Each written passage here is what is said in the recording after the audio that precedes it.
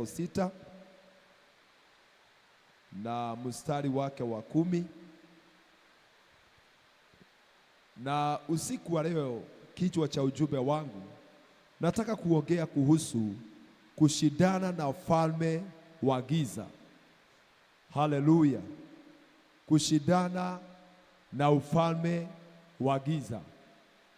Ni kwa sababu dunia ambayo tuko ni ya kushindana. Bia jirani yako ni ya kushindana.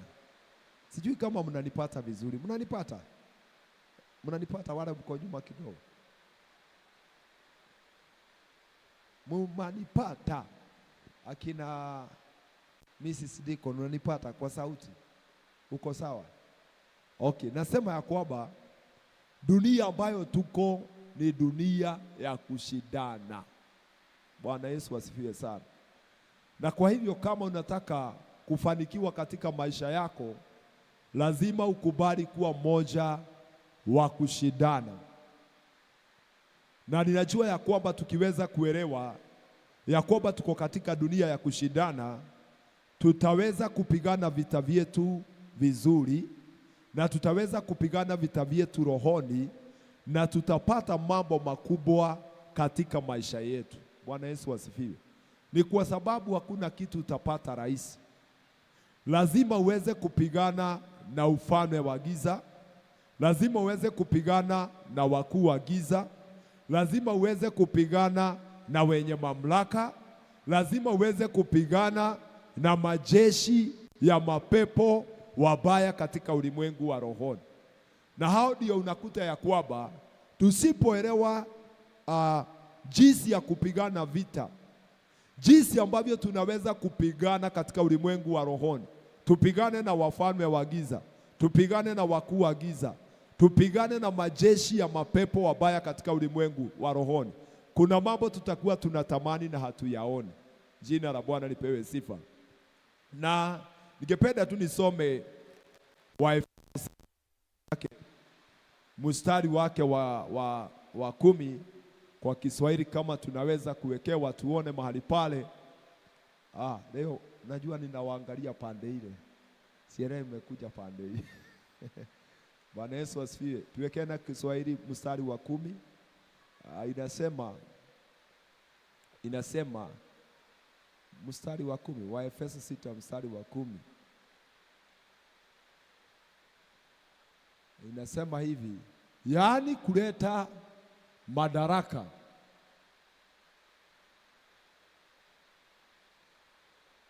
Imepotea tena. Utaiangalia hapa ikileta shida kidogo.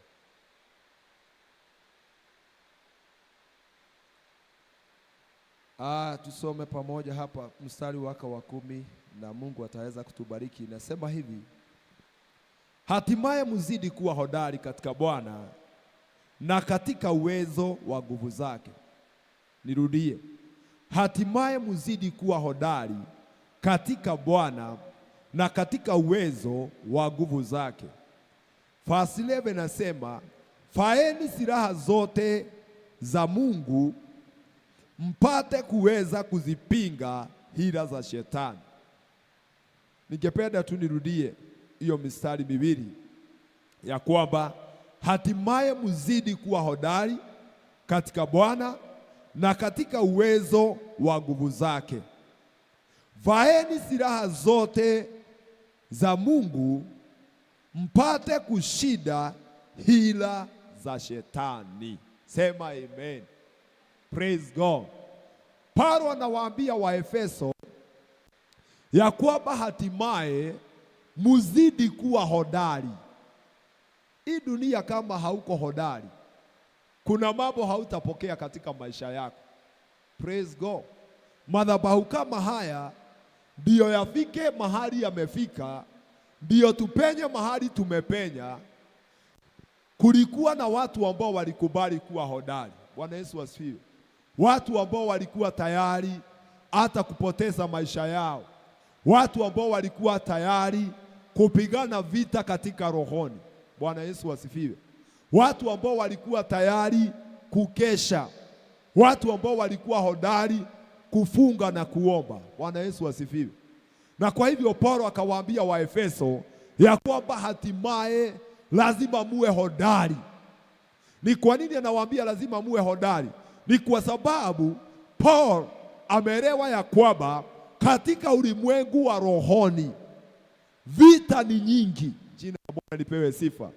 Na vita zile ziko katika ulimwengu wa rohoni, kuna falme, kuna mamlaka, kuna wakuu wa giza na kuna jeshi la mapepo, ambayo wewe ukitaka kufanikiwa, hao wafalme wanakuzuilia.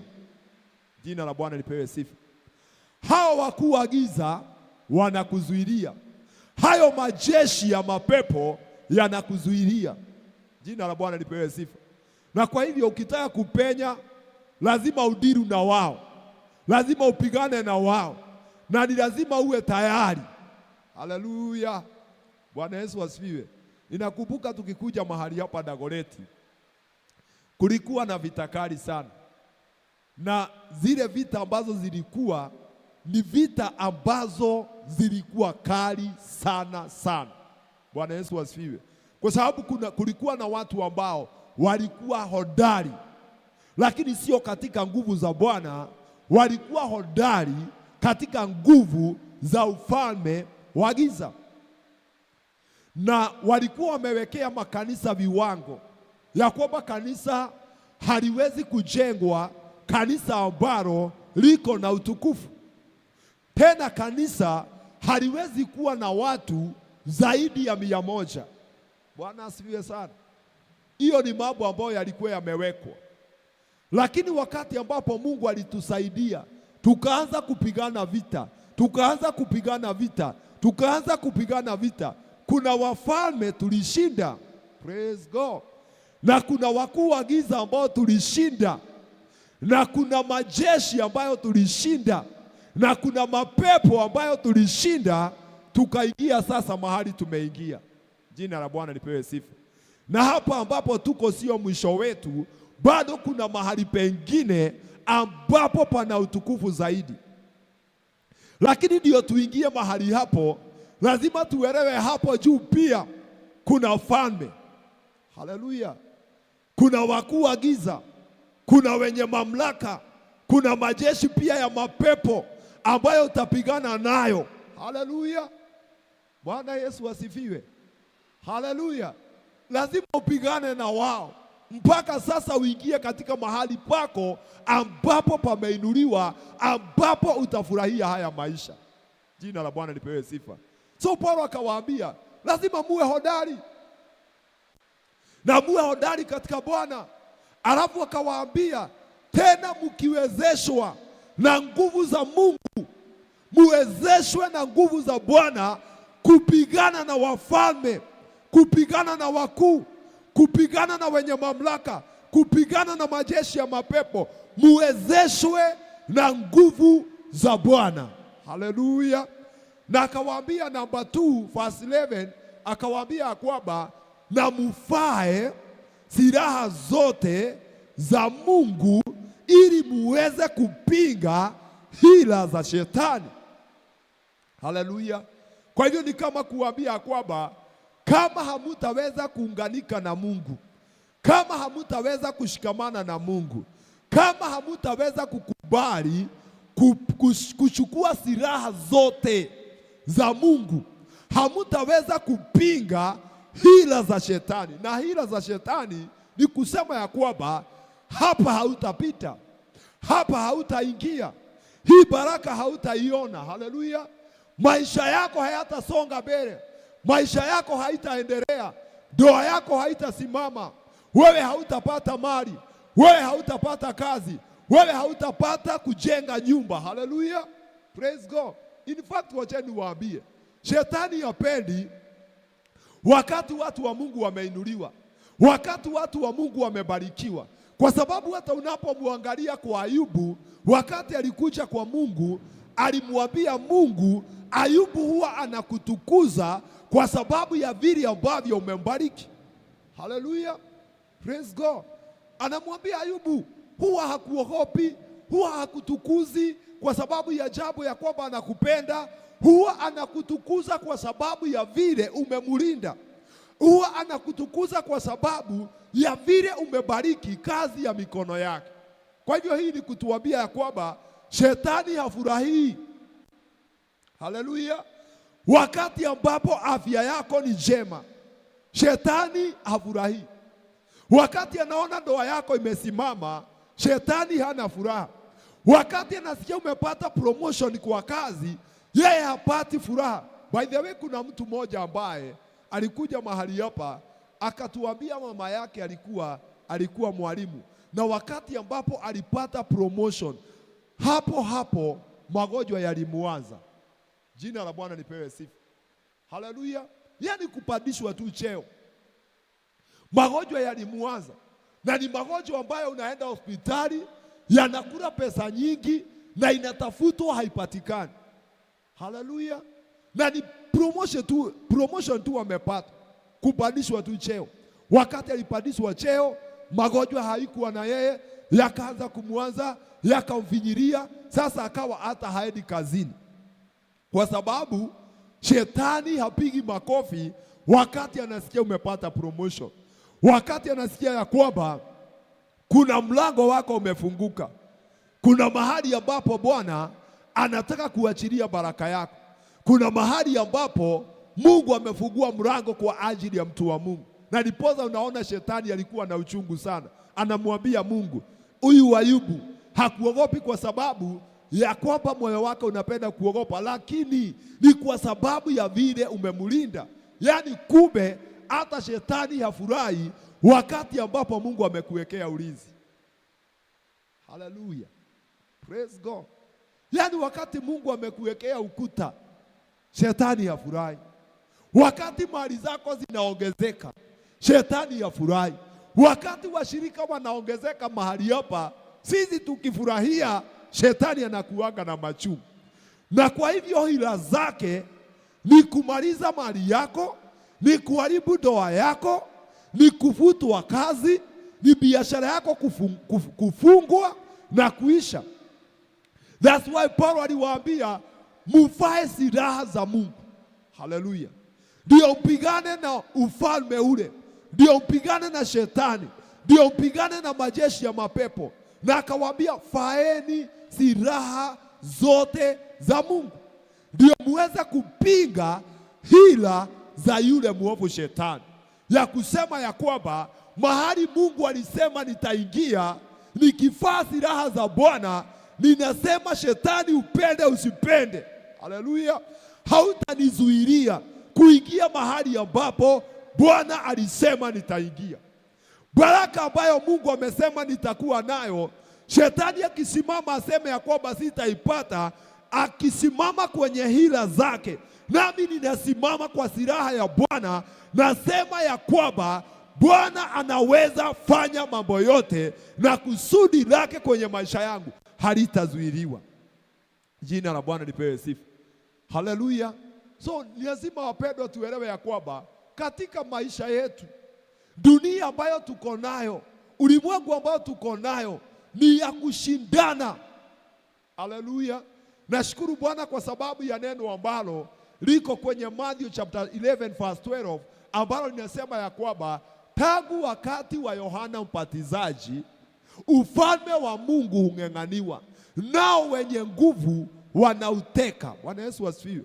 Mambo yote ambayo unahitaji katika dunia hii, lazima uweze kusimama, lazima uweze kupigana vita, lazima uwe tayari kupigana vita. Jina la Bwana lipewe sifa. Kama unataka kuenda mahali, kama unataka biashara yako ipanuke, haitapanuka tu. Haleluya.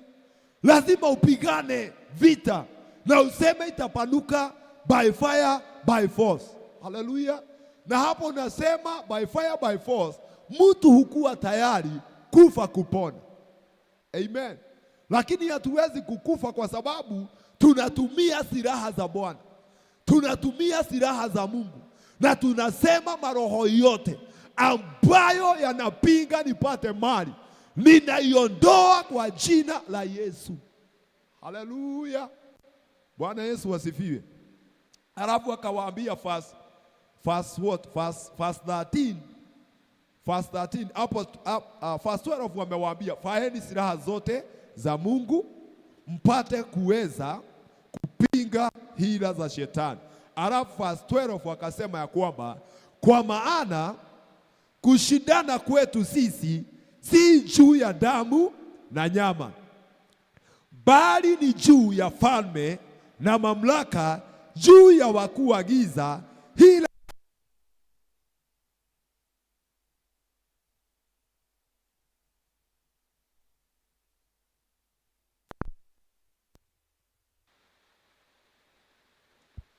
Yes, tuko verse 12 inasema ya kwamba kwa maana kushindana kwetu sisi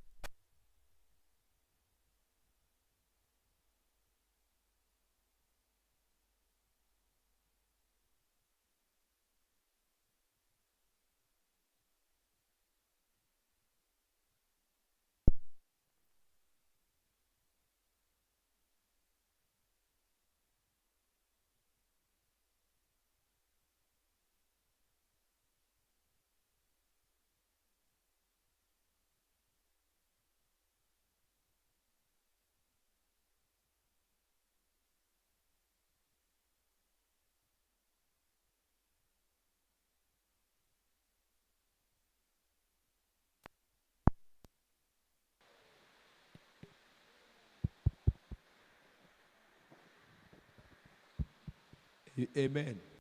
Bwana Yesu asifiwe. Tunaendelea kusoma kwenye Waefeso 6. Tumeanzia mstari wake wa kumi. Tumesoma wa 11, sasa tuko wa 12.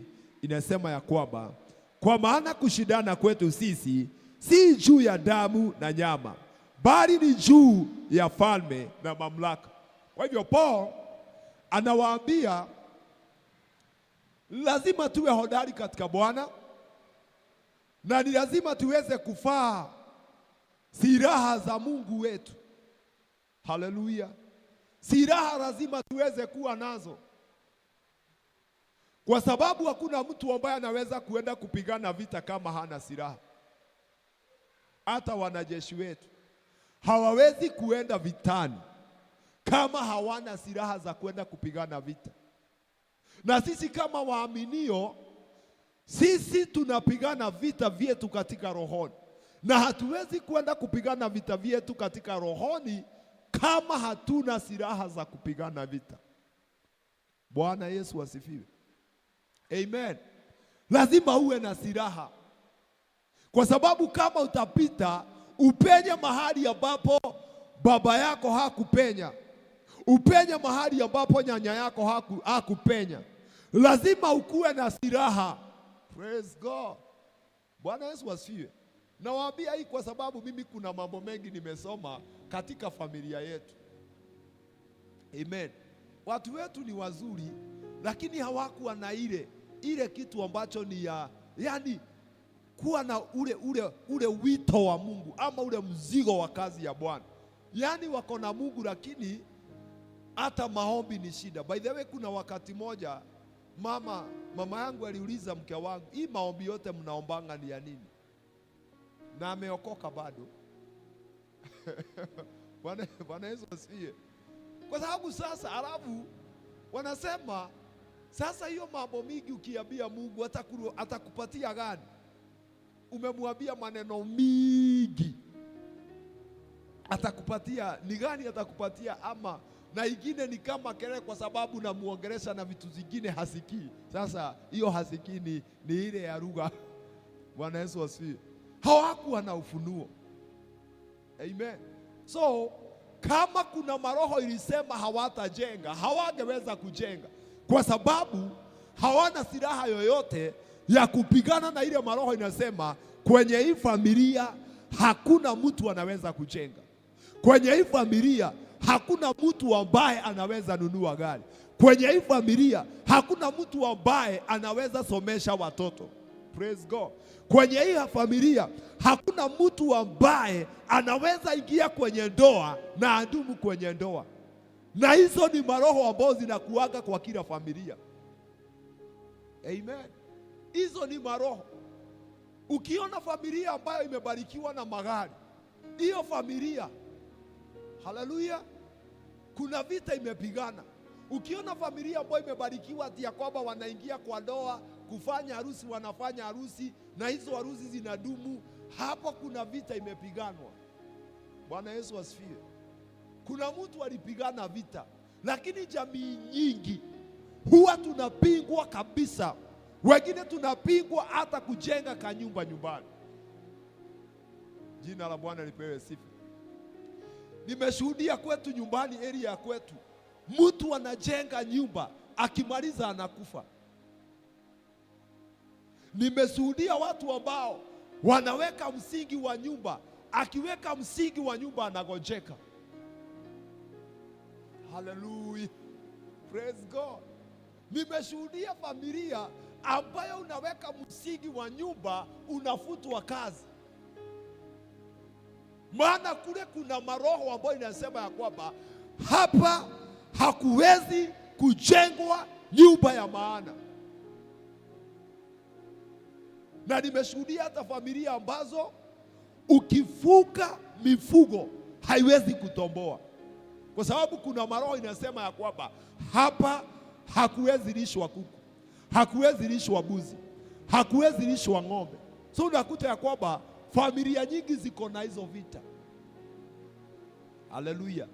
Na sio mapenzi ya Mungu. Mapenzi ya Mungu ni kila jamii ibarikiwe. Mapenzi ya Mungu ni kila jamii iweze kufanikiwa. Mapenzi ya Mungu ni ndoa zisimame. Mapenzi ya Mungu ni watu wapate magari. Mapenzi ya Mungu ni watu wajenge manyumba. Mapenzi ya Mungu ni kila familia ikuwe ya kwamba iko na afya njema. Haleluya. Lakini nakuta ya kwamba nazo hila za shetani na maroho zake ni kupiga jamii siinuke, ni kuipiga jamii siweze kubarikiwa. Jina la Bwana lipewe sifa. So Paulo akawaambia kwamba kushindana kwetu sio kwa wale ambao walio na mwili na roho, tunashindana na falme. Amen. Hizo falme ni vizuri kujiuliza, falme zinasema nini kwa maisha yako? Amen. Zinasema nini? Aya, tunapigana na wakuu wa giza. Wakuu wa giza wanaongea nini kuhusu maisha yako? Ama unafikiria tu? Unajua, unaweza kuwa unafikiria ya kwamba mimi niko sawa, mimi sina vita. Nimekuja nikuambie, yoyote ambaye ni mwaminio ako na vita. Martin, hata wewe uko nayo. Jina la Bwana lipewe sifa. Na kama hauna mahali ambapo unatamani kuwa, hapo ndipo unafaa kuwa siku ya leo. Amen. Si kila mtu kuna mahali anatamani kukua. Hata mimi nikihubiri mahali hapa, wapendwa, kuna mahali ninatamani kuwa. Kuna maisha ambayo ninatamani kuwa nayo. Sijatosereka na ile maisha niko nayo. Haleluya.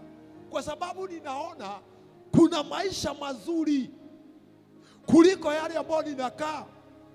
Kuna nyumba nzuri kuliko ile ambayo ninakaa. Haleluya. Kuna gari mzuri kuliko ile ambayo niko nayo. Haleluya. Kuna watu ambao wako na pesa nyingi. Amen. Yaani mtu akitaka kupeleka familia yake mahali anaweza kutoa 100,000, 200,000, 1 million. Hey. Bwana Yesu asifiwe. Na hana wasiwasi.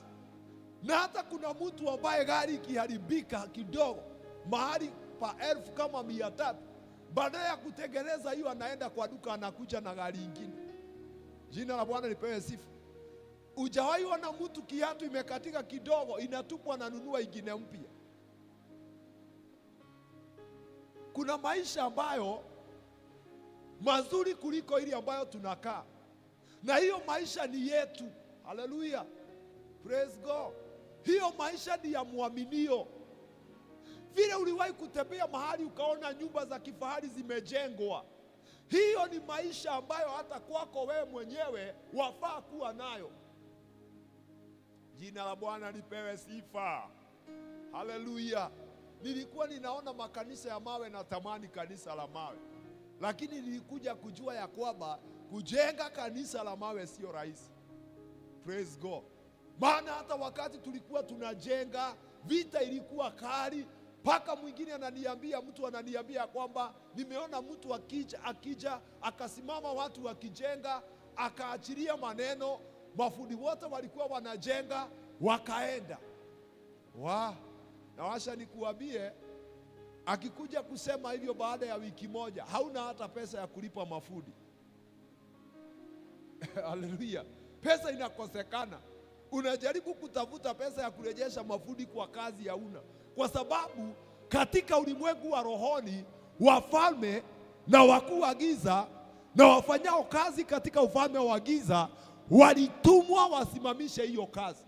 Walitumwa walaani hiyo kazi.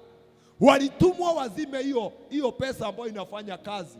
Yaani wadhoofisha watu wakose pesa wenye wanakusaidia kufanya hiyo kazi. Haleluya. Praise God. Ni mtu alionekana kwa ndoto, na unaambiwa alikuja, akakuja na suti, lakini alikuwa mchafu, lakini akakuja akasimama, akaangalia mafundi, harakati aliangalia mafundi, akaachilia maneno. Hata mwenye analeta ndoto wanasema hata hakusikia ile maneno alikuwa ananena. Lakini baada ya wiki moja pesa zinakosekana, kazi inasimama. Nakumbuka ile ndoto niliambiwa, naenda mlimani, naambia Baba katika jina la Yesu, maneno yote iliachiliwa ya kusimamisha hiyo kazi. Mnajua wakati wa Nehemia wakati alikuwa anajenga, Sanbalati na Tobia walisema kile wanajenga hata bweha kikanyanga kitaweza kuanguka. Maneno yanaachiliwa, yanafunga ile kazi. So mimi nakumbuka hiyo niliambiwa ndoto, ninaenda mlimani, napigana vita rohoni, naongea sasa kwa ujasiri na silaha za Bwana, natumia silaha za Bwana, nadili sasa na falme na mamlaka yote iliachilia maneno, na majeshi yote ya mapepo yanayofunga hiyo kazi na kuizuilia. Baada tena ya wiki moja kazi inaanza na inaendelea. Jina la Bwana lipewe sifa. Nyinyi mnajua hata kuna wakati ilikamatwa juu ya rangi. Siongei na mambo ambayo mjaweza kuyashuhudia.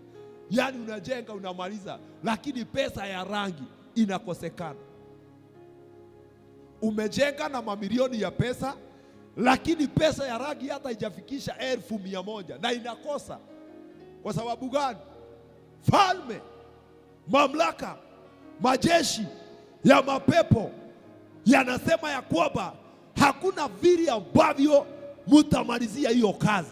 Hakuna vile ambavyo mutafanikiwa kumaliza. Nami ninapoingia rohoni, tunaomba, tunapigana vita, kazi inakuamuka na inaanza kuendelea. Jina la Bwana lipewe sifa.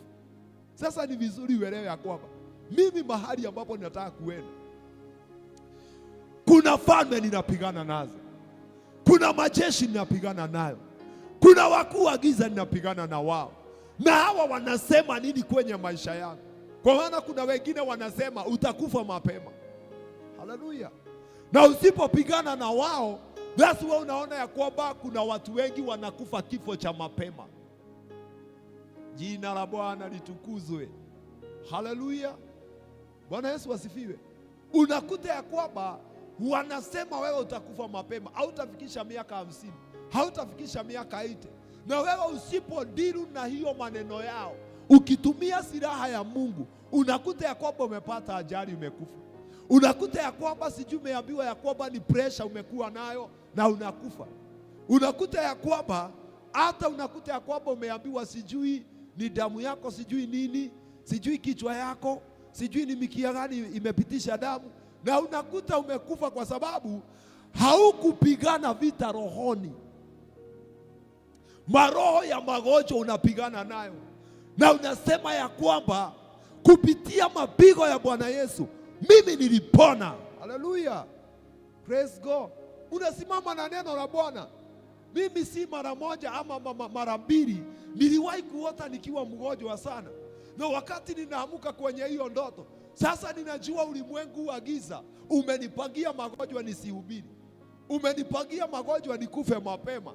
Na mimi ninainuka ninatangaza Isaiah 54:17. Nasema hakuna silaha yoyote ya vita iliyotupwa kinyume changu itakayofanikiwa, na kila ulimi ulioinuka juu yangu ninauhukumu kuwa mkosaji. Na ninasema maana huu ndio urithi wa watumishi wa Bwana na haki yao pia, kwa jina la Yesu. Praise God.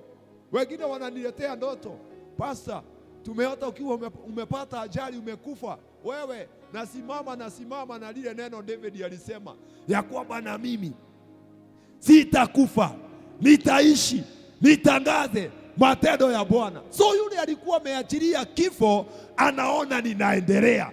Ile siku alikuwa ameniwekea anakuta nimeipita na ninaendelea, kwa sababu na mimi ninapigana vita katika rohoni. Lazima tupokee neema ya kupigana vita rohoni. Jina la Bwana lipewe sifa. Haleluya.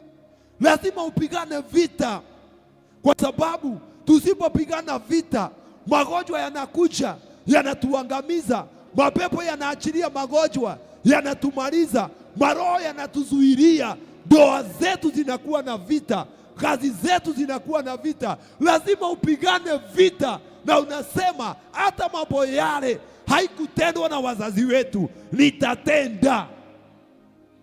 Haleluya. Wewe ukiona Paulo akiongea mambo haya, Paulo alikuwa amepigana vita nyingi za rohoni, na alikuwa anajua mambo ya vita vya rohoni, na ndiposa unakuta ya kwamba kwingine anasema ninaweza mambo yote katika yeye anitiaye nguvu. Haleluya. Kwa hivyo anasema kwamba hakuna kitu siwezi kufanya. Kama ni kufufua, ninaweza kufufua. Amen. Kama ni mali, ninaweza kuwa nazo. Haleluya. Kama ni mambo makubwa, ninaweza kufanya, kwa sababu niko na yule ambaye anayenitia nguvu. Jina la Bwana lipewe sifa. Haleluya. So akawaambia kushindana kwetu sio kwa wale walio na mwili na damu. Na ningependa kwa sababu ya wakati, maana muda unakimbia sana, niseme ya kwamba ndio uweze kushindana vita vyako katika rohoni. Number one, lazima uweze kuamua kuishi maisha matakatifu. Jina la Bwana lipewe sifa. Haleluya. Hata kama hautasema amen, washa nikuambie, hauwezi kupigana vita vya rohoni kama kwamba kuna mambo ambayo umejichanganya nayo. Hautaweza na hautatoboa. Amen. Bwana Yesu asifiwe. Hauwezi. Kwa hivyo kama unataka kupigana vita vyako rohoni vizuri, ushinde falme, ushinde mamlaka, ushinde wakuu wa giza, ushinde majeshi ya mapepo, lazima uamue kuishi maisha matakatifu, kwa sababu hautaweza kupigana na maroho ili hali ya kwamba maisha yako na madoadoa. Bia jirani yako lazima uwe mtakatifu. Hata asipokuangalia, muangalie wewe, muambie lazima uishi maisha matakatifu. Amen. Praise God. Ndungihota kurua mbara utari mundu muthingu. Na mfano mzuri tunauona katika Acts chapter 19. Ukiangalia verse 13, Acts chapter 19 verse 13. Sijui kama tutaweza kusoma, nitajaribu tu kukimbia kidogo. Acts chapter 19 verse 13 inasema kwamba baadhi ya Wayahudi wenye kutangatanga nao ni wapunga pepo. Hawa ni watu wenye kutangatanga na wapunga nini? Wapunga pepo. Wakajaribu kutaja jina la Bwana Yesu juu ya walio pagawa na mapepo wachafu, wakisema nawapisha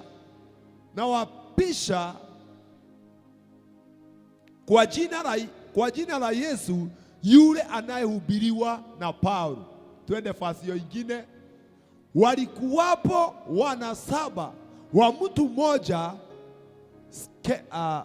mmoja Skewa Myahudi, kuhani mkuu, waliofanya hivyo. Hao wana 7 walifanya hivyo. Alafu Biblia inasema yule pepo mchafu akawajibu akawaambia, Yesu namjua, Paulo namfahamu, lakini nyinyi ni kina nani? Kwa hivyo mapepo inajuanga. Haleluya! Mapepo inajua.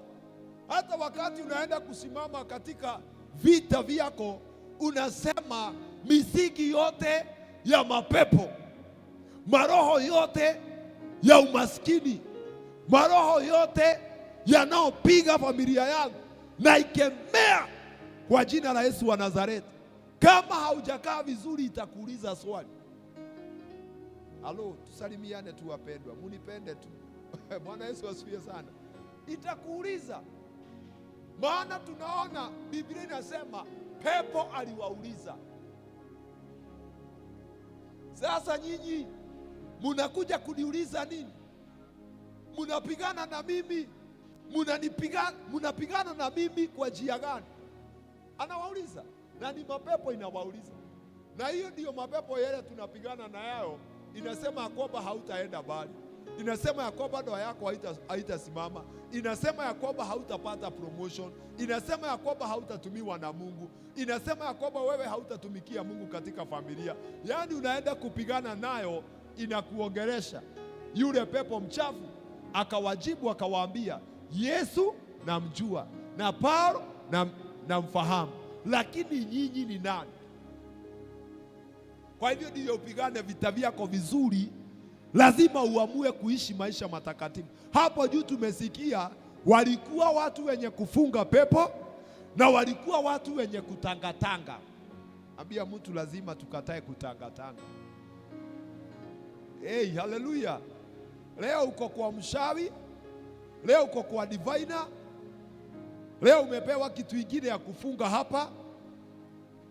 Haleluya. Bwana Yesu asifiwe. Leo umepewa maji, leo umepewa chumvi, yani hata haujielewi.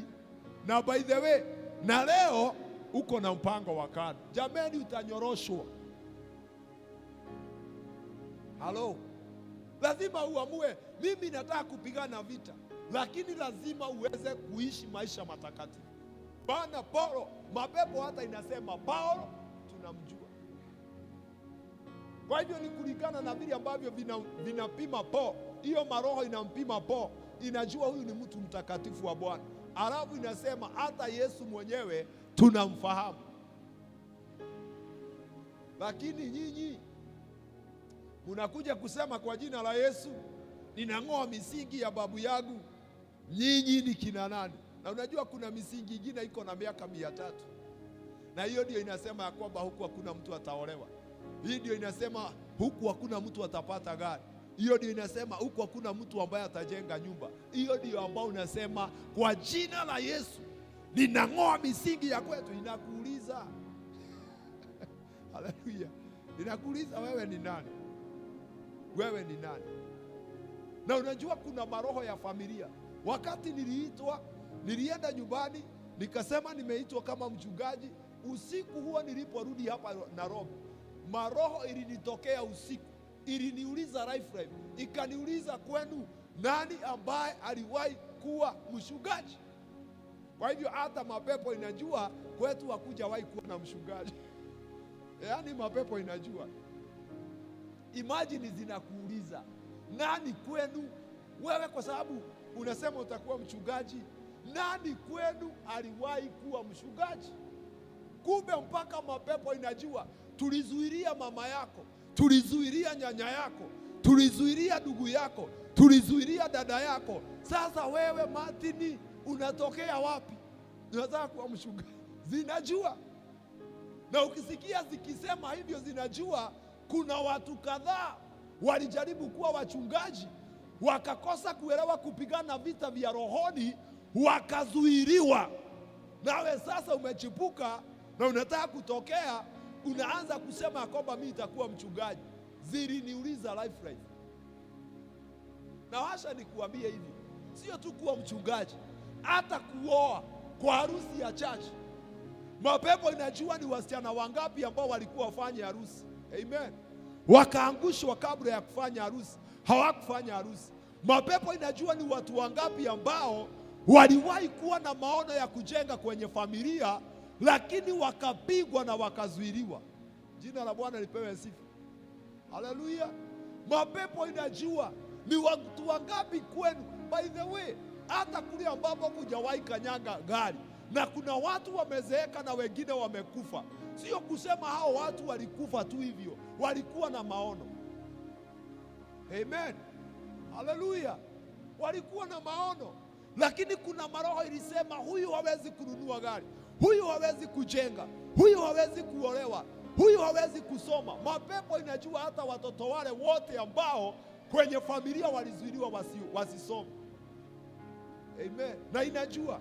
So wewe ukianza kusema utasomesha watoto wako, inakuuliza wewe ni nani. Na usipojua kupigana vita vya rohoni, wakati unachipuka zinakuuliza. Haleluya. Bwana Yesu asifiwe sana. Si Mungu awape neema katika jina la Yesu, ya kwamba utapenya mahali ambapo hakukupenywa. Sasa hizi zikasema Paulo tunamjua, Yesu tunamjua. Sikia hiyo fasi nyingine inasema namna gani? Fasi 16. Fasi 16 inasema hivi, na yule mtu aliyepagawa na mapepo na pepo mchafu akawarukia wawili, akawaweza, akawashinda, hata wakatoka mbio katika nyumba ile wakiwa uchi na kujeruhiwa. Sasa angalia, hizi ni vita vya roho.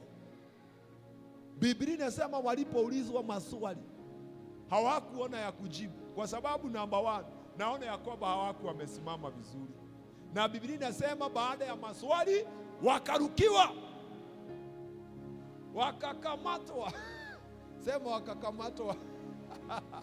Aya, wakati walikamatwa hakuna kupembelezwa, ni kunyoroshwa na mavazi yao yakaruliwa, wakatoka wakiwa uchi. Mimi nimekataa aibu katika jina la Yesu. Haleluya. Praise God. Lazima uweze kupigana vita, ukatae kuaibishwa kama vile mama yako aliaibishwa, kama vile baba yako aliaibishwa, kama vile nyanya yako aliaibishwa, ya kwamba wengine walikufa wakiwa nyumba za nyazi. Ni kweli ama si kweli? Haleluya. Wengine mama zetu walikufa hata bila kununua mpaka baiskeli, muidhikiri. Na walikufa, walidai. Haleluya. Wakakufa hivi. Wengine walitamani sana kuingia kwenye ndoa ya kanisa, hawakufanya, waliaibishwa. Walienda hivyo wakatokea, kasema kwamba nimepata mtu, na walikuwa watu wachache. Kwa sababu usipopigana vita vizuri utarukiwa, utaaibishwa. Hey, haleluya. Tusalimiane tu wapendwa, nipendeni tu, wacha niwasaidie leo.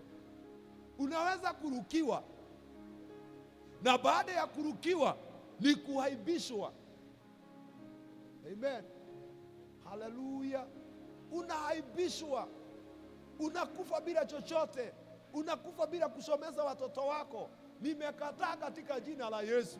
Nitamenyana na maroho, nitamenyana na majeshi, nitamenyana na wafalme, nitamenyana na wakuu, hata wakuu wa giza na wafalme na wenye mamlaka na majeshi yote ya mapepo wabaya katika ulimwenguni wa rohoni. Nitamenyana na wao. Mimi nimekataa aibu katika maisha yangu. Jina la Bwana lipewe sifa. Abia mtu nimekataa aibu. Haleluya. Hii vita tutaipigana jameni. Tutapigana vita tupenye. Lakini lazima tuishi maisha matakatifu. Kwa sababu hauwezi pigana na mapepo, hauwezi kupigana na wale wakuu, hauwezi pigana na wale wenye mamlaka. Hauna uwezo wa kupigana na wao kama kwamba wewe mwenyewe haujaishi maisha matakatifu. Washeni niwaambie, mwimbaji aliimba akasema ya kwamba othiguni othamaki. Praise God. Hallelujah.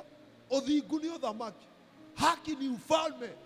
Kwa hivyo wakati unaishi maisha matakatifu, uko na ufalme ndani yako. Amen. Na ufalme ambao uko ndani yako ni ufalme ambao hauwezi kutetemeshwa. Tuwekee Hebrews chapter 12 verse 28. Tuone mahali pale. Waibrania 12 mstari wake wa 28. Tuangalie mahali pale. Inasema hivi: basi kwa kuwa tumepokea ufalme usioweza kutetemeshwa, na muwe na neema ambayo kwa hiyo tumtolee Mungu ibada ya kumpendeza pamoja na unyenyekevu na kicho. Tumepandwa katika ufalme usioweza kutetemeshwa. Si mtu waseme amen. Haleluya. Tumepokea ufalme ambayo usioweza kutetemeshwa. Maufalme ya giza, maufalme ya giza, wakuu wa giza, wenye mamlaka, majeshi ya mapepo, wapendwa, tumepokea ufalme usioweza kutetemeshwa. Sasa usitembee kama mtu ambaye hana nguvu. Tembea kama mtu ambaye ni mjasiri. As long as unaishi maisha matakatifu, as long as unaishi maisha ya haki, tembea kama mtu ambaye ako na ufalme ambao hauwezi kutetemeshwa. Haleluya. Hata kama kwenu kuna falme zilitetemesha mama, zikatetemesha baba, zikatetemesha nyanya, zikatetemesha watu wengine, wewe tembea kama mtu ambaye ako na ufalme usioweza kutetemeshwa. Magonjwa haiwezi nitetemesha. Haleluya. Umaskini hautanitetemesha. Wachawi hawatanitetemesha. Wakuu wa giza haleluya, hawatanitetemesha. Natembea kama mwenye mamlaka, natembea kama mfalme, natembea kama mtu ambaye ako na nguvu. Wakati ninaongea ninamiliki Dagoreti, ninaongea kama mfalme. Haleluya. Ndio hata falme zingine zote zinatetemeka. Haleluya. Zinajua yule amekuja area hii, na huyo mtu huyo ni mfalme, na sio mfalme wa kawaida, ni mfalme ambao ako na ufalme ambao hauwezi kutetemeshwa. Jina la Bwana lipewe sifa. Kama saa hivi vile ambavyo unaona mataifa yanapigana, kuna mataifa inatetemeka hivi, na kuna mataifa mengine ambao wanajifahamu vizuri, silaha zao za vita ziko sawa. Haleluya. Hawana wasiwasi, hawana uoga. By the way, hata wanachokoza kwa sababu wanajua zile silaha wako nazo. Haleluya. Wanajua zile silaha wamebeba. Wapendwa, tukielewa silaha zile ambazo tuko nazo, tutachokoza mpaka mapepo, tutachokoza mpaka wafalme, tutachokoza mpaka wachawi. Haleluya. Sasa wewe unawekwa uoga na mchawi na unaniambia wewe ni mfalme. Haleluya. Hebu guza mtu mwambie unatishwa na nini sasa wewe? Haleluya. Mpaka mwingine atishwa na pesa ya nyumba hapa. Wewe, Bwana Yesu asifiwe. Tumepandwa na tumepokea. Nani hajapokea Yesu? Kama umepokea Yesu, umepokea ufalme usioweza kutetemeshwa. Amen. Sasa ukisema Dagoreti utatawala, usiongee kama mtu ako na uoga. Ongea hata kama kuna wachawi wako na pembe. Waambie hii Dagoreti ninachukua. Waambie area ambayo niko ninatawala, kwa sababu mfalme ni mtawala. Haleluya. As long as unajipima vizuri, unaona ya kwamba na mimi nimeishi maisha matakatifu, na mimi sitangatagi, na mimi sijichanganyi. Haleluya. Hata kama saa hii hauna kitu, jua wewe ni mfalme, jua wewe utatawala, jua wewe utafanya mambo makubwa, jua wewe utakuwa mtu hata wa kusaidia watu. Jameni, ninawaambia mambo yale ambayo nimeweza kuelewa. Haleluya. Ya kwamba mimi nikisema area hii nitatawala, ninasema nikimaanisha, kwa sababu ninajua silaha zile niko nazo ni silaha ziko na nguvu za Bwana. Na nikisema ya kwamba sitakufa, ya kwamba sitakufa. Nikisema mchawi hata niweza, nasema nikimaanisha ya kwamba hata niweza. Na sitakosa kulala kwa sababu ya mchawi. Amen. Na sitakosa kulala kwa sababu ya adui, kwa sababu ninajua ya kwamba yule ambaye niko na yeye ni mlinzi wa Israeli, yeye hararangi, yeye hazizii, yeye haishiwi na nguvu. Nina hara mzuri na ninaota ndoto ya kuendelea. Jina la Bwana lipewe sifa. Ondoweni mambo mengine. Wasiwasi ya nini jameni? Elewa ya kwamba tuko na vita, lakini hii vita mimi ni zaidi ya mshindi. Paulo alisema ya kwamba we are more than conqueror. Bwana Yesu asifiwe. Sisi ni zaidi ya washindi. Sisi ni zaidi ya washindi. Lakini kuna watu ambao ni Wakristo wanaishi maisha ni kama wako na uoga. Wanaishi maisha ni kama kwamba hakuna mahali wanaenda. Yaani mpaka mapepo yenyewe inawajua na inawafinyiria mawazo. Haleluya. Sema nimekataa katika jina la Yesu. Unafinyiriwa mawazo mpaka ukiona mtu amebarikiwa na kitu, badala ya uombe Mungu napatwa na wivu. Haleluya. Bwana Yesu asifiwe. Yaani badala ya ufurahia mtu amebarikiwa unashikwa na wivu. Maana wewe uliwekwa uoga na shetani, unaonyesha kwa wengine ndio wanabarikiwa, mimi siwezi kubarikiwa. Wengine ndio wanafaulu, mimi siwezi kufaulu. Wengine ndio wanaolewa, mimi siwezi kuolewa. Wengine ndio wanaendesha magari makubwa, mimi siwezi kuendesha magari makubwa. Wengine ndio wanatumika na Mungu, mimi ni kama Mungu hata alinireject. Wewe, Bwana Yesu asifiwe. Haleluya. Wewe pigana vita vya rohoni mpaka mapepo inajua wewe sio mtu wa kawaida. Amen. Kwa hivyo namba 1 kama maisha matakatifu. Namba 2, haleluya. Namba 2, lazima uweze kujua kupigana vita. Amen. Praise God. Haleluya. Lazima ujue kupigana vita, kwa sababu kuna watu ambao hawajui kupigana vita. Sasa unaambia Mungu oria kugathie, oria Ngai uria ona ni wega. Salimia mtu mwambie mimi si wa hiyo. Ati Ngai wona undathime no wega, na wakiona to wega rino wewe. Haleluya. Sijui kama uliwahi kuona watu kama hao. Amen. Ati Mungu ukiona unibariki na Probox ni sawa, na ukiona sio vyema acha tunikae, bora ni Probox iko na watu, magari makubwa iko na watu. Jina la Bwana lipewe sifa. In fact biguni hakuna magari. Amen. Biguni hakuna TX, biguni hakuna V8. V8 ziko hapa duniani, na ukipigana vita vizuri utaiendesha. Ukipigana vita vizuri utajenga nyumba. Ukipigana vita vizuri ndoa yako itasimama. Biguni hakuna ndoa. Uliwahi kusoma hiyo neno? Linasemaga biguni hakuna mke wa mtu. Wale mujaoa na unazuiliwa kuoa, pigana vita uoe. Bwana Yesu asifiwe sana. Amen. Biguni hakuna mzee wa mtu. Wacha vile unaomba maombi ya kushindwa na kupigana vita, unasema Mungu hakuna shida, hata nikikosa kuolewa hapa duniani, biguni najua ya kwamba nitaishi maisha mazuri. Haleluya. Wanalika Bwana asifiwe. Amen. Ati ninakushukuru Bwana, hata nisipoolewa ni sawa tu, ninajua Bwana Yesu umenioa. Mungu, ni vizuri kuolewa na Bwana Yesu, lakini ni vizuri kuwa na mzee. Amen. Sada, si ndio hiyo? Unakuwa na mtu wako, si ni kweli? Ndio hiyo mke, yes. Anapika ugali hapo na omena, mnakula hapo.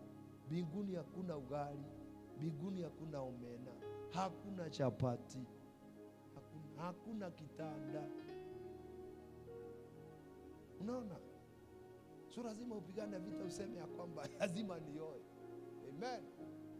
Bwana sema nimeolewa na Bwana Yesu. Hata si tumeolewa lakini tumeoa. Bwana Yesu asifiwe. Horana ibara adwa Ngai. Amen. Haleluya. Tumesema namba 2, lazima ujua kupigana vita. Tuwekea Psalms 144. Niwega Ngai atuteithie kumenya kurua bara. Hebu nikuambie, kuna mtu mmoja hapa aliniambia, alikuja hapa kanisani, hakuwa anajua ya kwamba kuna kuanga na mambo ya kupigana vita. Ameishi kanisani, ameabudu Bwana, amesifu Bwana, ameishi maisha matakatifu, lakini hakuwahi kusikia kuna kuwaga na vita vya kupigana. So ile maisha ameishi mahali pale. Alipokuja hapa akakuta hapa ni karibu kila siku tunaambiana tupigane na maroho. Sasa vile alipigana vita, Mungu amembariki, amepata mpaka gari. Bwana Yesu asifiwe. Amepigana vita, amepata. Maana alikuwa anaiona kwa ndoto, anaiendesha kwa ndoto. Wakati alikuja hapa akasikia lazima tunafungulisha ile magari, tunapigana vita, wale wameshika waashirie na tunapigana. Na saa hii sio ndoto wako nayo na anaiendesha. Wale unaota ukiwa nyumba kubwa, jameni, pigana vita hiyo nyumba uipate. Amen. Wale unaota ukiwa na gari, pigana vita upate. Inasema, na ahimidiwe Bwana mwamba wangu, aifundishaye mikono yangu vita na vidole vyangu kupigana. Kama haujui, ambia Mungu nisaidie. Haleluya. Nisaidie kupigana vita, kwa sababu hii maisha ninaishi sio maisha yangu. Fundisha mikono yangu, fundisha vidole vyangu kupigana vita, kwa sababu hakuna kitu ambacho utapata kwa urahisi. Mambo yote ambayo tunataka kwenye maisha yetu lazima tupigane vita. Kuingia kiwango kingine lazima upigane vita. Haleluya. Kutumika na Mungu, hapo ukianza kutumika na Mungu, kuna watu ambao wataingiwa na roho za kukupiga, na wewe lazima ujue kupigana vita, uzizimwe na uko na kipawa na unyamazishwe. Ni watu wangapi wamenyamazishwa? Hata wengine walikuwa hapa wanatoa unabii, ninawauliza mlienda wapi? Ati ulitabiri mara kadhaa, alafu baada ya kutabiri mara kadhaa Bwana Yesu asifiwe, ukashughulikiwa. Naye wakati ulishughulikiwa ukasema Bwana Yesu ni sawa tu, hakuna shida, wewe si kipawa ni yako. Kipawa si ya Mungu, Mungu alikuwa amekupatia. Bwana asifiwe sana. Wadu mahoya maigea hai. Ngai no wega tu acio marakihurire no wega, ndigũcoka gũtũmĩka rĩu Ngai Mwathani. Kĩhono gĩaku nĩwe wahũrwo, ti Ngai wahũrwo we. Ni wewe umenyamazishwa. Tungekuwa tunakusikia. Ati baba, kipawa ikipigwa ni wewe umepigwa.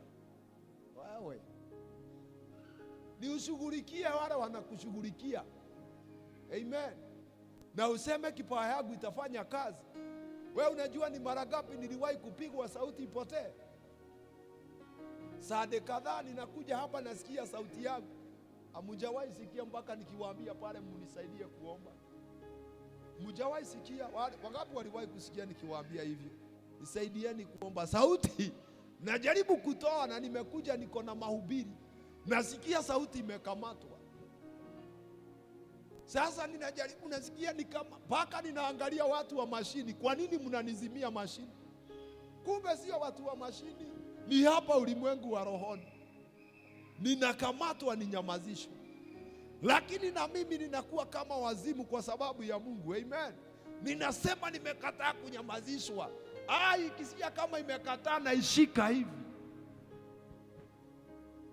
Mpaka nasikia sauti imerudi. Ninahubiri. Kuna mshugaji rafiki yangu alinyamazishwa hivyo. Hata wa leo sauti yake haitokani. Na alikuwa naongea vile ninaongea. Kwa sababu mapepo na wafalme na wakuu wa giza walijua sauti yake inapokanyanga mji, kuna kazi za shetani zinaharibiwa. So walidili na sauti yake. Amen. Sasa huwezi kusikia kile anaongea vizuri. Alinyamazishwa sauti. Amejaribu kufanya nini? Kuenda hospitali, shida haionekani, lakini kumbe ni mapepo ilijua ya kwamba kwenye ule mji anahubiri, sauti yake ikiachiliwa inaharibu. Unajua kuna sauti zinaachiliwa zinabomoa kazi za shetani. Si ni kweli? Haleluya. Kuna mtu hapa anaweza kusimama kuongoza maombi, baada ya dakika kama 20 hata wale walikuwa chini wainuke, maana sauti yake iko na nguvu, sauti yake iko na upenyo. Sasa mtu kama huyo hujaribiwa kumalizwa sauti. Sasa naweza ambia Mungu ati Baba, najua tu hata nikipigwa ni wewe umepigwa, sauti ni yako. Aya. Anasema Baba, sauti niwaambie shetani, sikiliza vizuri. Haleluya. Hii sauti nilipewa nihubiri, na kwa jina la Yesu nyinyi mnaonitumia roho ya kupoteza sauti, na watangazia kwa jina la Yesu, hamuna uwezo juu ya sauti yako, na mamlaka yote ambayo mmeachilia ya kunipiga ninayaharibu katika jina la Yesu. Na kwanza unapiga duru moja, woo! Mapepo inajua umeamua. Haleluya. Wacha kuwa mpole. Ambia jirani yako wacha kuwa mpole. Hata Mungu wetu sio mpole. Sasa wewe upole wako unafanya ufinyiriwe. Unaona hii ni shida, unaona hii ni umaskini, unaona kipawa yako ilizimwa, na unasema Mungu ni wewe. Wewe ndio unafaa kupigana vita.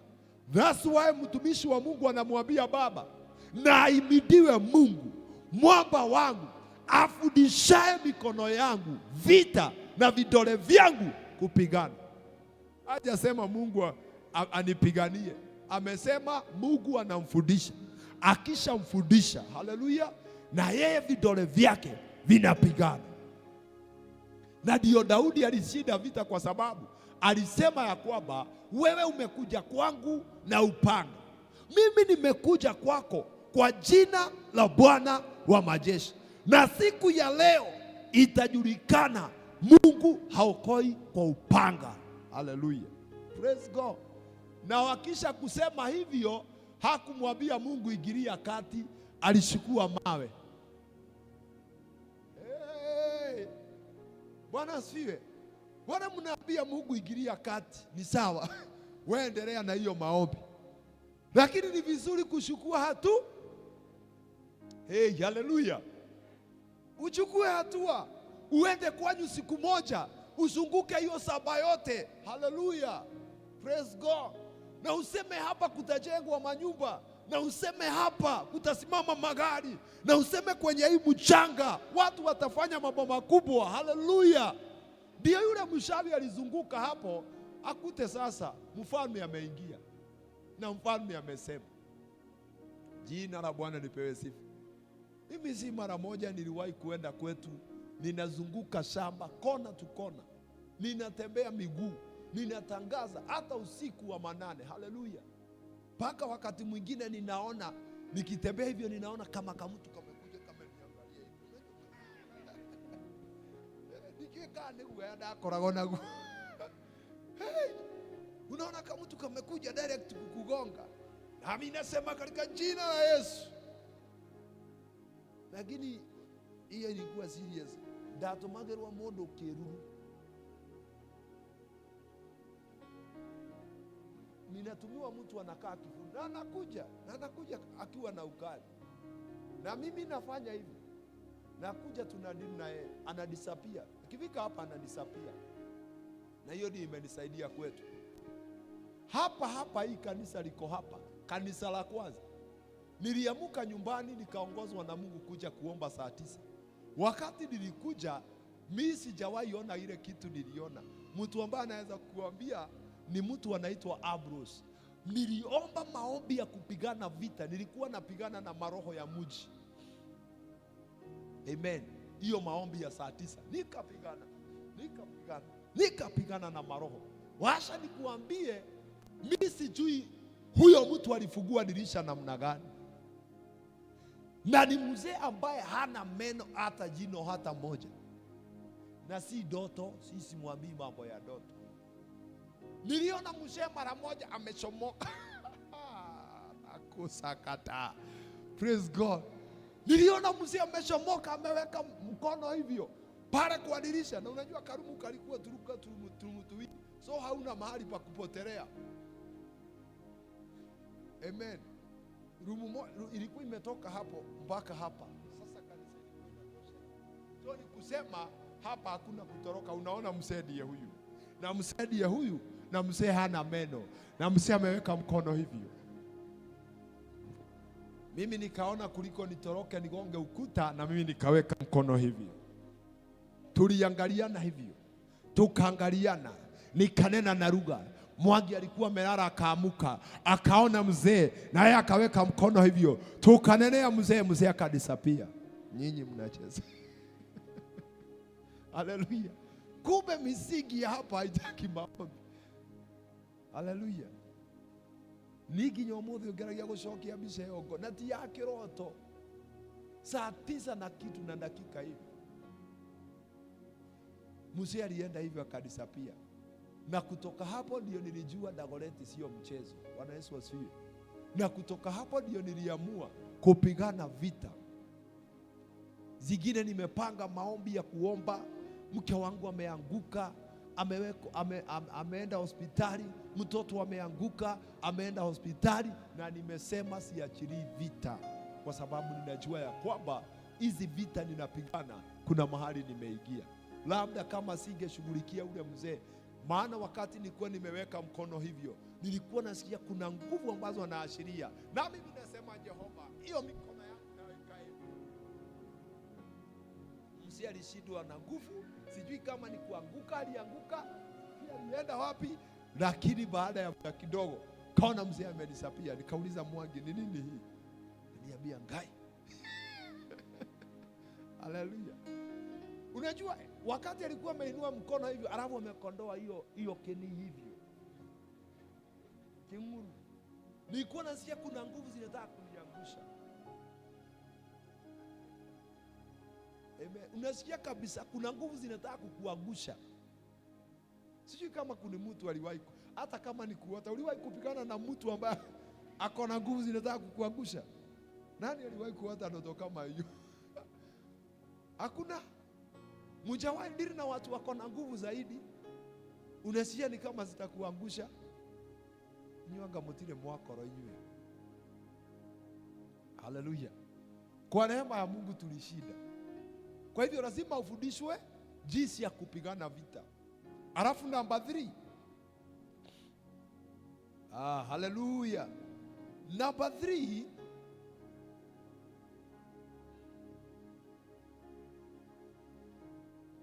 namba 3 ni kushikama, yani kuhusisha Bwana katika vita yako.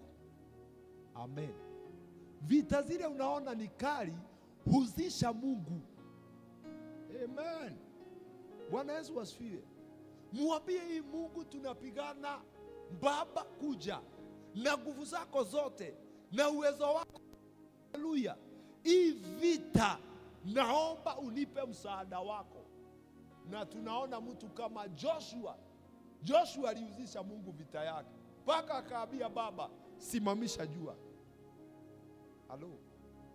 Bwana Yesu asifiwe. Akaambia Mungu, simamisha jua, vita ni kali, simamisha jua. Na Biblia inasema jua likasimama mchana mzima, halikuchua. Praise God. Lio likirugama uguo. Maana Joshua aliona hii vita vile iko inahitaji kuhusishwa Mungu. Bwana Yesu asifiwe. Kuna vita ingine ninaona vile iko, naambia Jehova, hii Jehova nikijipima nahitaji msaada wako, na Jehova huwa anakuja. Amen. Isho baroro na tasidi tote ya family ni gumu sana, mahali nafanya kazi ni gumu sana, hii naona itanimaliza, hii naona vile imehuzisha Mungu, uone vile Bwana atafanya. Joshua alisema, Bwana simamisha jua, na jua ikasimama. Na Biblia inasema akamwambia, mpaka wakati nitakapoweza kushinda hawa maadui. Haleluya. Gairo gamiario ginya hote athoireko, na alizishinda hakuzishinda. Huzisha Bwana vita vyako. Kama unataka kushinda vita vyako katika rohoni, huzisha Bwana. Amen. Nimesema hiyo ni namba. Haleluya. Na hata ukiangalia mtu mwingine ambaye alikuwa anaitwa Daudi, David, 1 Samuel chapter 2 verse 5:19. Sijui kama tunaweza kusoma kwa haraka, niko karibu kumaliza. 1 Samuel chapter 5 2 Samuel, pole, 2 Samuel chapter 5 verse 19.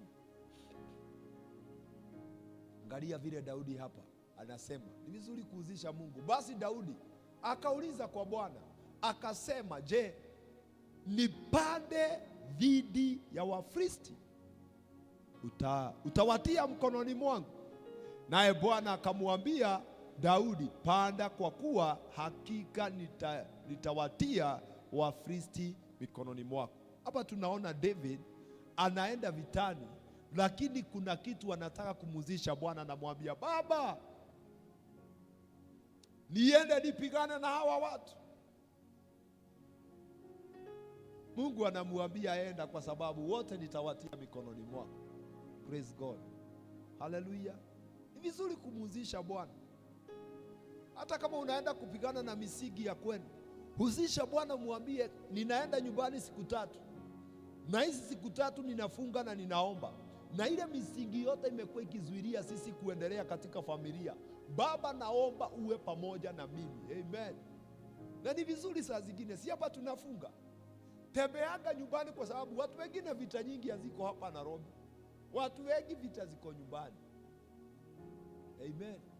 Mi kuna wakati naambia Bwana, nataka neema ya kuenda kuomba kwa nyumba, na naenda hapo na nagonga siku kadhaa hapo, natulia hapo. Sasa ninaamuka hapo saa 9 za usiku nyumbani, naomba, napigana vita, natokea usiku, natembea kwa shamba. Haleluya. Maana najua area ya kwetu ni area ambayo iko na wachawi wengi sana, na wanapigaga familia nyingi zisiendelee. So na mimi nasema tunamenyana na wao hiyo masaa. Amen. Na tunamenyana na wao vizuri. So wakijaribu kutuzuilia hawawezi, kwa sababu na mimi nilimuhusisha Bwana, nikamwambia nataka kuwa huko siku 3, nataka kuwa huko siku 2. Haleluya. Hata wale mnaota ndoto nyingi, mnaota za wapi? Njira ya Ngai, iroto nyingi murota ciaku niki na nduri nyume ucio ikara Nairobi, tondu thina wanyu muingi wi gicagi. Shida kubwa yenu iko gicagi. Anti ameona umeanza kuinuka, umeanza kuletea mama getege, umeanza kuletea mama viatu, umeanza kumjengea kanyumba, vita inainuka ya nyumbani. Watu majirani wakiona ya kwamba sasa umekuja ukiwa smart, vita ingine inaanza. Wengi wanu mnaota mahali ulikuwa unasomea, shida zako zilianza hapo.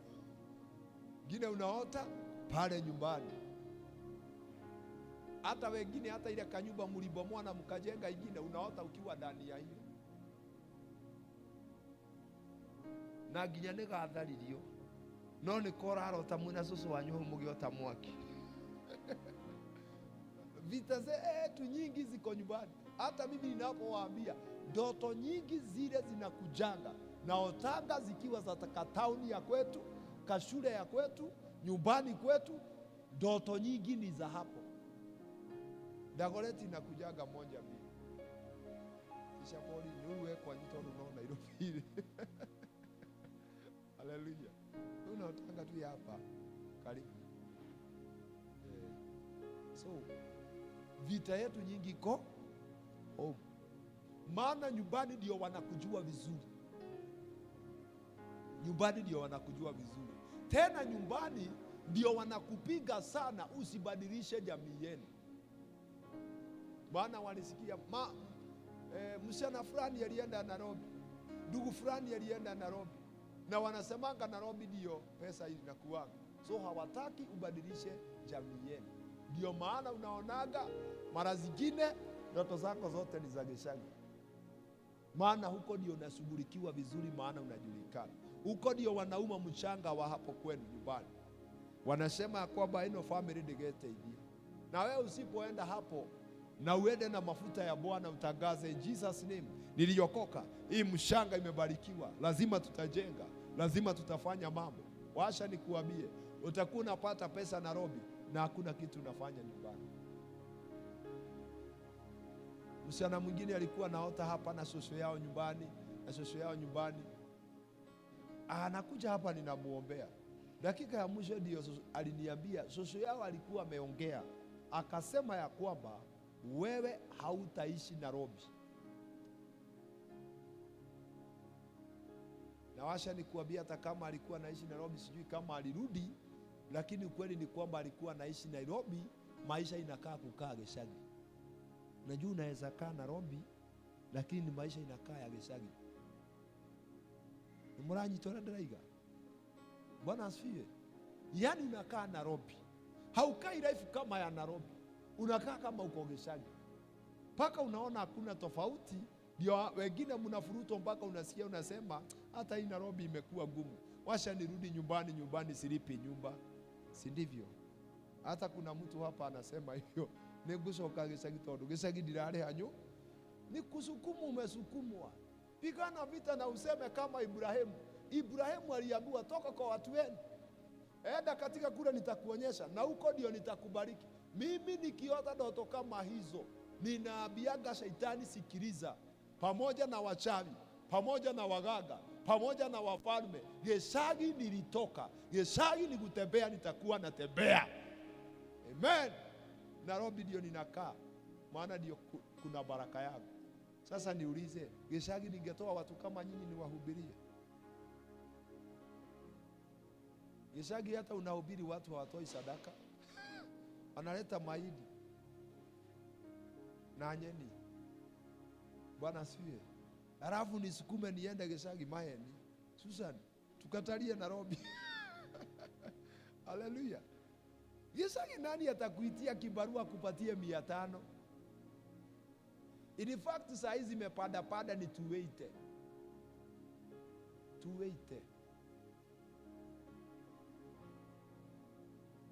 Hata foodi yule foodi na ni foodi mzuri.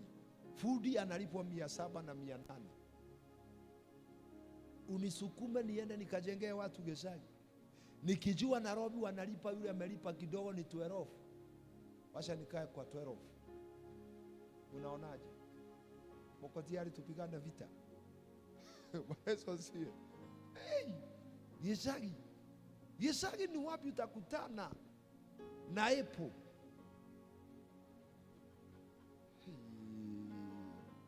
Na ndio unasukumu wangale uende huko.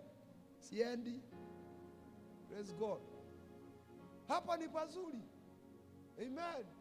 Nairobi magwa na Mokera kanatibu wa gari.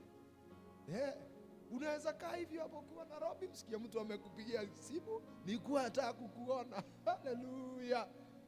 Ukienda kumuona unafanywa kasopi, unapatiwa 5,000. Hey, Geshagi nani aliwahi kukubariki na 5,000 ama 1,000? Leo irota ishorona cia Geshagi ufati kuhura na bara muno na ugeni Geshagi. Ati Mrs. Deacon unaota ukiwa umepelekwa Geshagi, utaenda? Bwana asifiwe. Mrs. Pastor, utakubali? Unapigana vita na unasema mimi nakaa town. Amen. Mimi nakaa town. Na Mungu atatubariki. Nafikiria nimalizie na gani ingine. Number 4, alafu nimalize. Nataka tupigane vita kidogo tuingie. Amen. Kwa sababu Mungu hawezi peana neno kama hili bure. Anapeana neno kama hili kwa sababu kuna mahali anataka watu waingie. In Jesus name. Na number 4 inasema lazima uwe mjasiri. Ambia mtu lazima uwe mjasiri. Praise God. Joshua chapter 1 verse 6 and 7. Nakuja nimemalizia mara moja kwa sababu ya wakati. Sasa jiandae tupigane vita, kwa sababu nasikia kuna watu wako hapa na kuna vita ziko juu yao. Nataka tupigane katika jina la Yesu. Yule wa kuingia kwenye hatima yake aingie. Yule ambaye ni mgonjwa apone katika jina la Yesu. Praise God. Inasema uwe hodari na moyo wa ushujaa, maana ni wewe utakaye waridhisha watu hawa nchi niliyowapia baba zao ya kwamba nitawapa. Verse 7. uwe hodari tu na usujaa mwingi, uangalie kutenda sawasawa na sheria yote niliyokuamuru Musa mtumishi wangu. Usiache kwenda mkono wa kulia au wa kushoto, upate kufanikiwa sana kila uendako. Angalia hiyo verse 6 imesema vizuri ya kwamba uwe hodari na moyo wa usujaa, maana wewe utawarithisha watu hawa nchi niliyowapia baba zao ya kwamba nitawapa. Mimi ningependa nikuambie jioni ya leo, kuwa msujaa. Amen. Na uwe hodari. Amen. Kwa sababu ni wewe utaingiza watu wenu kwenye hatima. Amen. Nimesema kama saa hii ukienda ushago, hata watu wengi hawajui mambo ya vita ya kiroho. Amen. Niguo kana tiguo. Hawajui mambo ya vita ya kiroho. Hata mtu akifukuzwa atoke kwenye ndoa, wengine wanaona ni kawaida. Mtu akikurudi keshaki kwa sababu ya maisha, wanaona ni kawaida. Mtu akikufa, wanaona ni kawaida. Lakini wewe hapa umefunuliwa na umefundishwa mambo ya kiroho, na wewe ndiwe utaingisha watu wenu katika hatima yenu. Bwana Yesu asifiwe. Tamenya wewe wenga yarenda kuhudhira, lakini lazima uwe na moyo wa usujaa, lazima uwe hodari. In fact, 2 Timothy chapter 1 verse 7, tusome tu pale. 2 Timothy chapter 1 verse 7, tusome mahali pale. Nasema nikumaliza, ninamaliza. Inasema, maana Mungu hakutupa roho ya woga, bali ya nguvu na ya upendo na ya moyo wa kiasi. Mungu hajatupatia roho ya uoga. Amen. Kwa hivyo wale tuko na wasiwasi, ondoa wasiwasi. Wale uko na uoga, washa uoga. Kuna zamani nilikuwa nimetishwa na hiyo maroho mpaka nikilala nasikia ni kama sitainuka, nitakufa. Kuna mtu aliwahi kusikia kitu kama hiyo? Ukaigua wako matogo kuwa ni kuwekewa uoga na mashetani na mapepo. In fact, mpaka nilikuwa nimewekwa uoga, ninaona ni kama mimi ni mgonjwa na si kuwa mgonjwa. Hallelujah. Praise God. Kwanza ninaangalia mwili wangu, naangalia naona ni kama ni mgonjwa. Mpaka nasikia ni kama nitaenda kwa daktari. Maroho ya uoga inakukalia mpaka wewe si mgonjwa na unasikia kama wewe ni mgonjwa. Na ukienda kulala unalala unaogopa, unasikia ni kama hautaamka kesho. Ni mlemo igwo kana ndaigwa. Mpaka saa zingine ninakataa kulala kwa sababu nasikia ni kama ninalala nitashukuliwa. Maroho inakuweka uoga mpaka saa zingine unasikia ni kama safari zingine ndefu unasikia ni kama hautaenda, kwa sababu unasikia ni kama ukienda utapata ajali. Uoga. Yani unawekwa uoga juu ya uoga. Mpaka tarehe ya kulipa nyumba haijafika, unawekwa uoga, unaona kama utafugiwa nyumba. Yani unawekwa uoga mpaka wa kukula chakula. Nilikuwa ninaona nikinunua avocado ya 20 ni kama pesa itaisha. So natafuta ile ya 55. Yani ugekerwa ugaya ginya wakulia. Sema nimekataa katika jina la Yesu. Hallelujah. Mungu hakutupatia roho ya uoga. Amen. Praise God. Mungu hajatupea roho ya uoga. Shetani ndiye anatuletea roho ya uoga. Yani unaogopa kila kitu. Mpaka wengine unaogopa kuolewa wewe na wewe. Bwana asifiwe. Wengine wanaogopa kupata watoto. Hii ni mauoga ya aina gani? Tevoroliti mwega. Haleluya. Wewe, Mungu hakutupa roho. Yes. Na kama tutashinda vita vyetu rohoni, lazima tuwashane na maroho ya uoga. Amen. Unasimama na ujasiri na unasema mimi nimebarikiwa, mimi ninaenda mbali. Haleluya.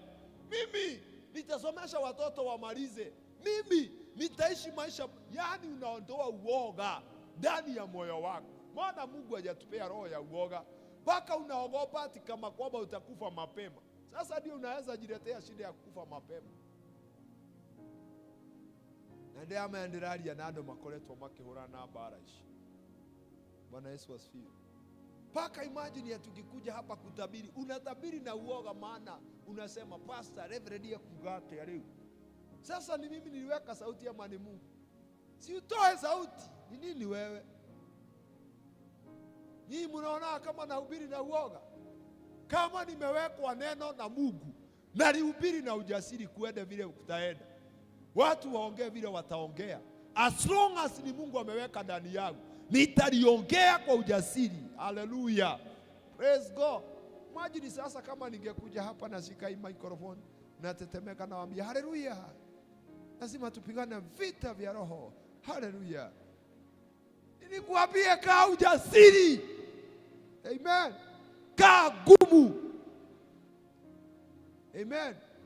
Na magonjwa ikikuja unakaa gumu, hauiogopi. Amen. Unaambia hata Lazaro alikuwa amekufa na alipona. Hezekia alikuwa nayo, alipona. Lazaro alikuwa amekufa, alifufuka. Sasa ukitembea hivyo, utaona vile utaenda mbali. Hallelujah. Praise God. Yes. Imagine niliogopa mpaka kuenda hoteli. Tulienda hoteli ingine na pasa mwingine. Tukaingia kwa hoteli. Ni ile uoga ya kukanyanga pole pole. Tukaingia. Tukasema maana hii ni town. Kabla ya kuuliza chai, washa tuulize bei. Tukaletewa menu. Hata uangalie pande ya chakula, unaangalia pande ya chai. Kuangalia pande ya chai tukakuta chai ni 80. Nakwambia tulikuwa tunavujikia kwa mlango. Tumeenda kama gari kidogo. Tulienda bio bio. Maana chai imeandikwa 80. Hata hatukusoma hiyo ingine. Tukauliza kama chai ni 80. Ukiuliza chakula, si labda uache viatu. Tukaenda. Tukakuja mpaka Kawagware kutafuta ile tumezoea 15 na 20. Abia mtu ondoa uoga. Bwana Yesu asifiwe sana. Praise God. Yani mpaka unaona matunda vile iko urembo mahali pale, unaogopa kwenda kuuliza ni bei gani. Enda uulize. Aduagai mwathani arogosho. Hallelujah. Yes. Ati mpaka ukiona gari ni mzuri, hiyo unaona lazima ipandishe bei. Unangojea kale kamekorogo sana, maana unajua hii itakuambia bao Kawagware. Wewe wachana na hiyo maneno, uliza hata hiyo boko, hiyo mzuri. Mungu hakutupatia roho. Na hiyo ndio imekalia watu wengi wa Mungu, wanakosa kufaulu. This is pastor, tuondoe uoga. Hallelujah. Mungu anatupatia roho ya nguvu, roho ya uwezo. Sisi tutaenda mbali katika jina la Yesu. Na la mwisho ndio tusimame tuombe. Lazima uweze kuomba. Bwana Yesu asifiwe. Praise God. Lazima uweze kuwa mtu ambaye anaomba sana. Lazima uwe muombezi sana. Kama unataka kushinda vita vyako rohoni, lazima uamue kuomba sana. Maana ukimalizia kwenye hiyo wa Efeso 6, kuna mahali ambapo mstari wa 18, sijui kama tutawekewa, hata nimefunga vitabu zangu, nikumaliza na maliza ndio tuweze kuomba dakika kadhaa. Inasema hivi. Inasema kwa sala zote na maombi mkisali kila wakati katika roho, mkikesha kwa jambo hilo na kudumu katika kuombea watakatifu wote. Hapo ni ile wa Efeso tulikuwa tunasoma. Alimaliza na kuambia kwamba kwa sala zote na maombi mkisali kila wakati katika roho.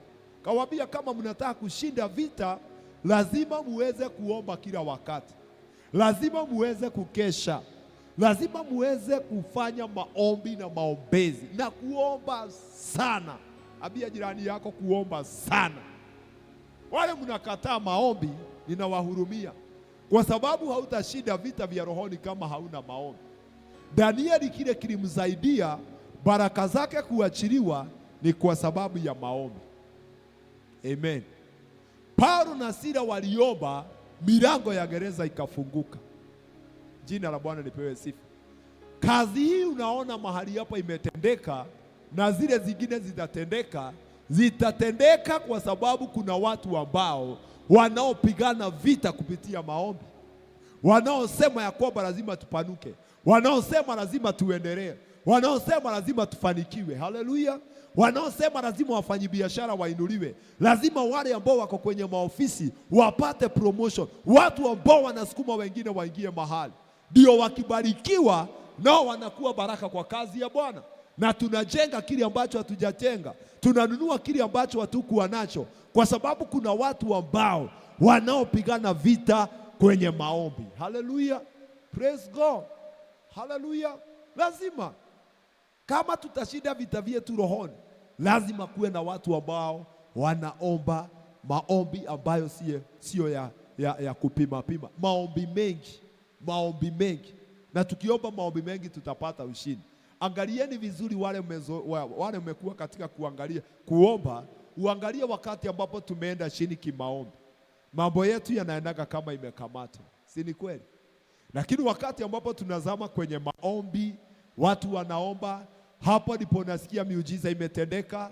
Kuna mtu amepata promotion, kuna mtu amepata kazi, kuna mtu mlango wake umefunguka, kuna mtu ambaye amepata kipawa, kuna mtu ambaye alikuwa amenyang'anywa vitu zake amerejeshewa, kwa sababu kupitia maombi bado tunapigana vita vyetu vya rohoni na tunapata ushindi. Jina la Bwana lipewe sifa. Si Mungu awape neema siku ya leo ya kwamba mtapenya sasa kuanzia usiku wa leo. Kwa hivyo ningependa tusimame kwa miguu yetu kwa dakika chache. Kwanza tutangaze katika jina la Yesu ya kwamba usiku wa leo hakuna kitu kitazuilia maisha yako kufaulu. Hakuna nguvu zitakuzuilia, hakuna wafalme watakuzuilia, hakuna wenye mamlaka watakuzuilia, hakuna majeshi yatakuzuilia, katika jina kura Yesu Kristo. Hasa maeneo ambayo unaona